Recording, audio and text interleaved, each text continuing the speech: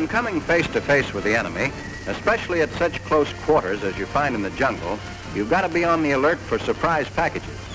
These could be fragmentation and stick grenades, magnetic, mushroom, and beach mines. Of course, the names are familiar, but are you sure you know what they look like or how they're used? The 6 most commonly employed Japanese grenades and mines are shown here. The Jap magnetic mine, the Dutch mushroom mine, the fragmentation grenade, the stick grenade, the anti-tank mine type 93, and the largest, the beach mine. First, we'll discuss the fragmentation or hand grenade. It's made of cast iron with a 2-ounce explosive charge. Total weight, 1 pound. The fuse assembly unscrews from the grenade. The detonator that sets off the 2-ounce charge fits over the delay pellet.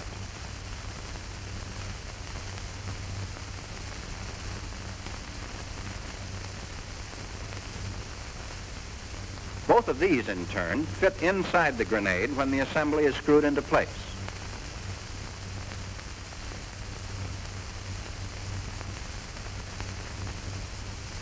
This is the part of the fuse assembly containing the striker mechanism and safety pin. A cutaway reveals the striker and the safety pin which holds the striker in a safe position.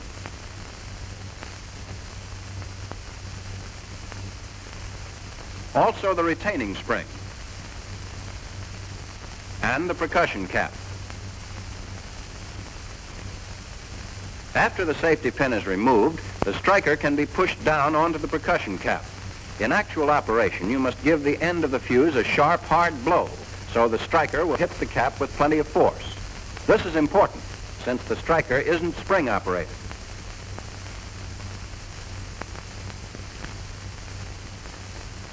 In combat, pull the safety pin.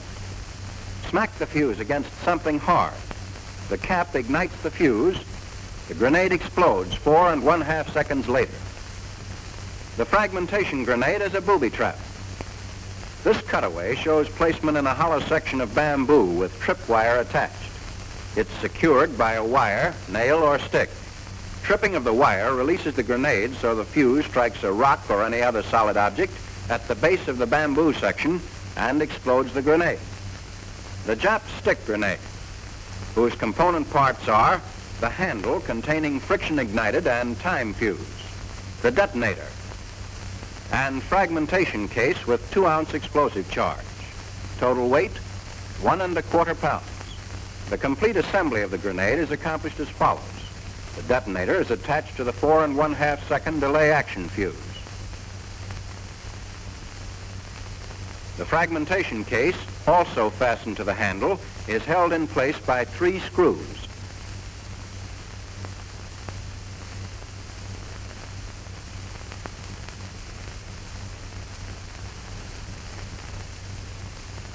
In the base of the handle are the pull ring and string attached to the friction fuse.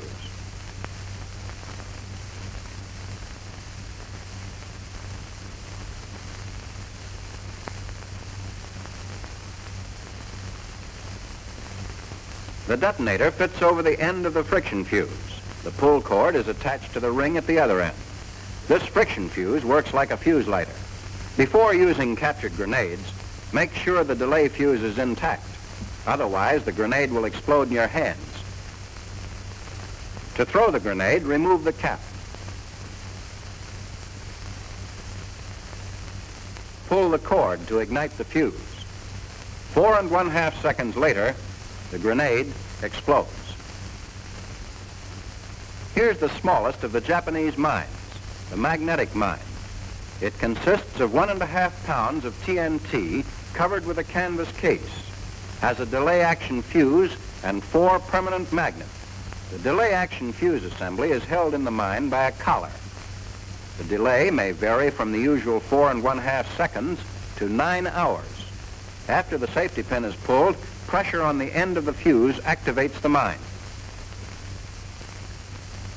Let's move in for a closer view of the fuse assembly, showing the safety pin hole and collar. Next, the fuse assembly in cross-section. When pressure is applied to the cap, it moves down, compressing the striker spring.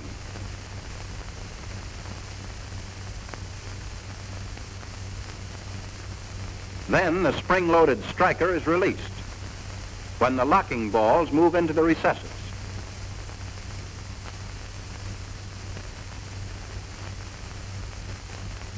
With the safety pin out of the way, the firing pin hits the percussion cap,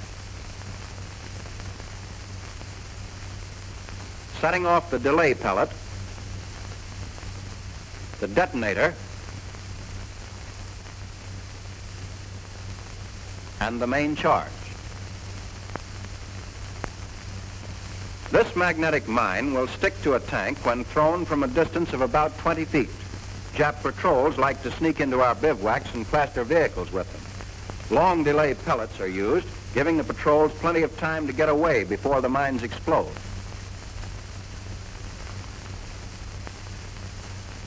The Japs also employ these magnetic jobs in pressure-type booby traps. They'll plant them under boards and logs so careless men will step on them and set off the mine. The anti-tank mine, type 93. It has an explosive charge of 2 pounds of picric acid. Total weight, 3 pounds. It's composed of 3 main parts: body, pressure cap, and fuse, containing either 70-pound or 250-pound shear pin. The fuse has a safety cap. When screwed into place, it prevents the striker from descending upon the percussion cap.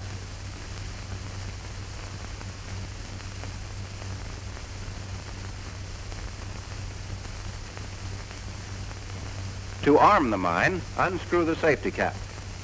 Then screw the fuse into the well. Remove the safety tab and one of the 2 washers before replacing the pressure cap. The washer must be used to waterproof the mine.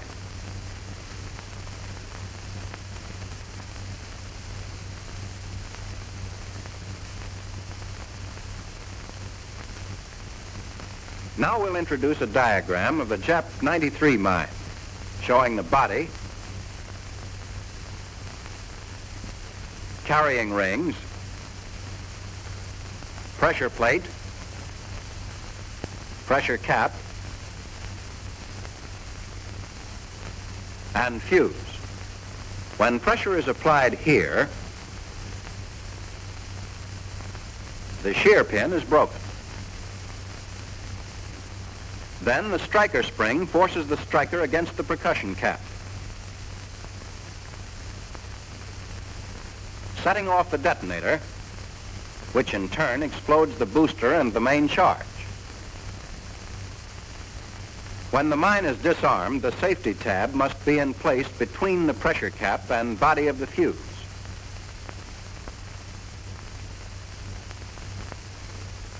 Also, the safety cap must be on the head of the striker.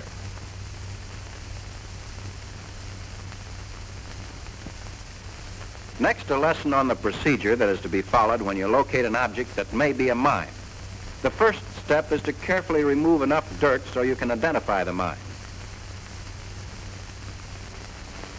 In this case, the protruding pressure cap and small size indicate that it's a Japanese Type 93.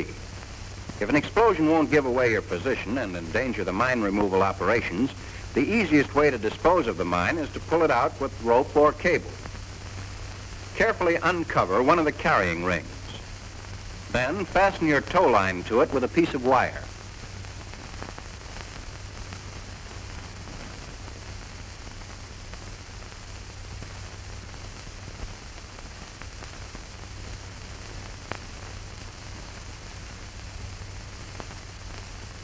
Take cover about 50 yards away and pull the mine out of the hole.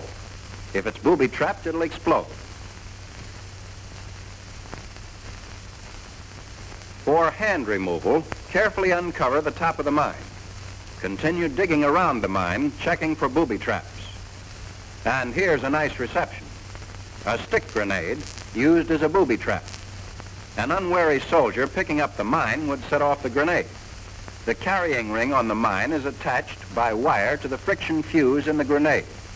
But after uncovering the wire and making sure it isn't taut, you can cut it. Following further check to be sure no additional booby traps are underneath the mine, it can be disarmed by unscrewing the pressure cap and taking out the fuse.